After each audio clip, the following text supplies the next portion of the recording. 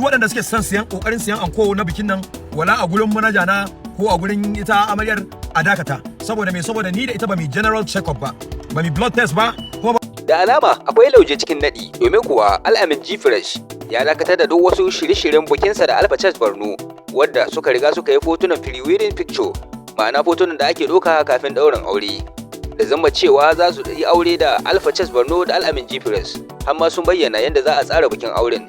Za a yi aure na da shi a yadda addinin musulunci ya halarta. Masha Allah.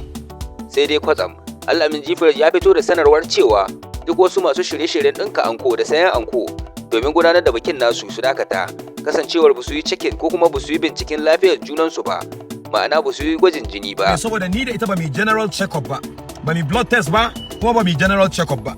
Don a farko dai tsofar matar Al-Amin G-Fresh sai da Sadiya Haruna ta bayyana wa manema labaran cewa Alpha Church Borno tana ɗauke da ƙwayar cutar HIV inda ta tausaya ma tsofin mijin nata kan cewa bai sani ba. Wace ce mai HIV please? Alpha Church Borno mana.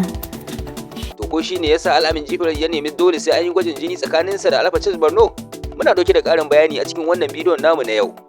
To jama'a barkanku da yau, barkanku da sake kasancewa da mu a cikin sabon shirin mu.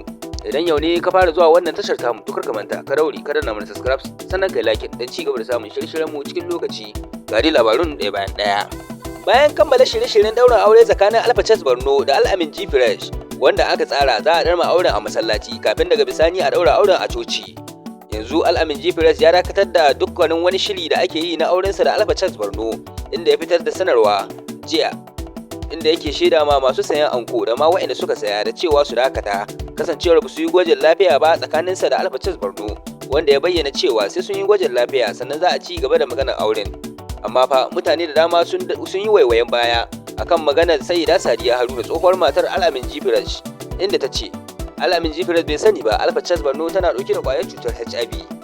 Wace ce mai HIV please? Alpha Church Borno mana. Inda wasu ke ganin cewa wannan magana ta Sayyida Sadiya Haruna fa ta ratsa shi kasancewar yanzu ya fito fili ya gaya ma al'umma cewa a dakatar da sayan anko da ma duk wani shirye-shiryen da ake yi na bikinsa da Alpha Church Borno har sai sun yi gwajin jini. To ko kaga abin zai kasance?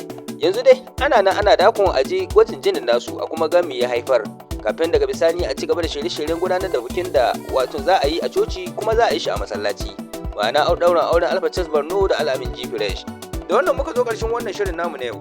Idan yau ne ka fara zuwa wannan tashar tamu to ka manta ka daure ka danna mana subscribe don ci gaba da samun shirye-shiryen mu cikin lokaci. Mun gode da lokacin kallo. A huta lafiya.